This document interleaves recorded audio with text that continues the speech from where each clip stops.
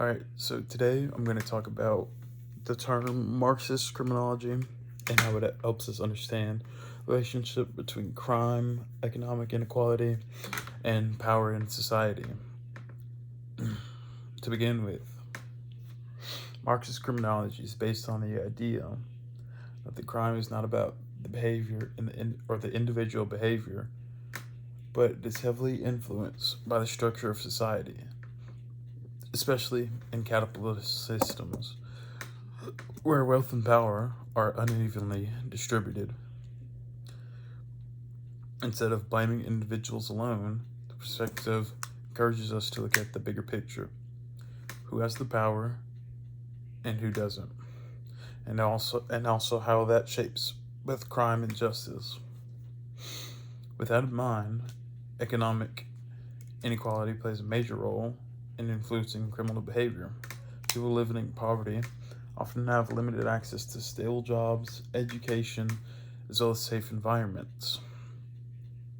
As a result, some individuals, they're forced to turn to crime, such as theft or drug related activities, in order for them to survive.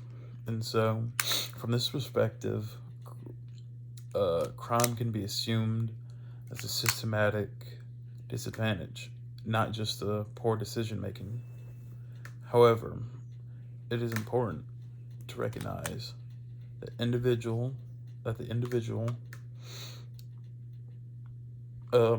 individual, that crime is not only limited to low income individuals.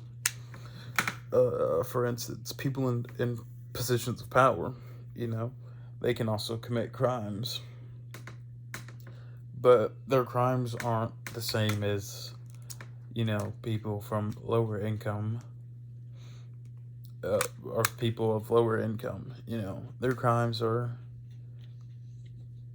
they're, they're different. Their crimes, uh, wealthy individuals and corporations, they engage in what is known as white collar crimes, such as fraud, insider trading, or environmental violations. And so, even though these crimes can affect many people, they're treated way less serious than street crimes committed by people of lower income. You know, we blow up the crimes of, people of lower income, such as theft and all that stuff. But, when people in high positions of power, they commit a crime, it's slap on the wrist. And so this highlights the key idea that the law doesn't treat everyone as equally as it says it does. And so, building off this idea, capitalism plays a major role in shaping crime in the justice system. In capitalist societies, laws are often designed to protect private property and maintain the existing system. And so, because of this, crimes like burglary, robbery, and others are treated more harshly than crimes committed by people of higher positions.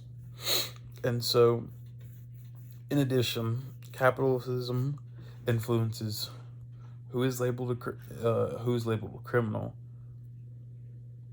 Lower income communities are also likely to be policed, stopped, and arrested more likely than those of in wealthy neighborhoods.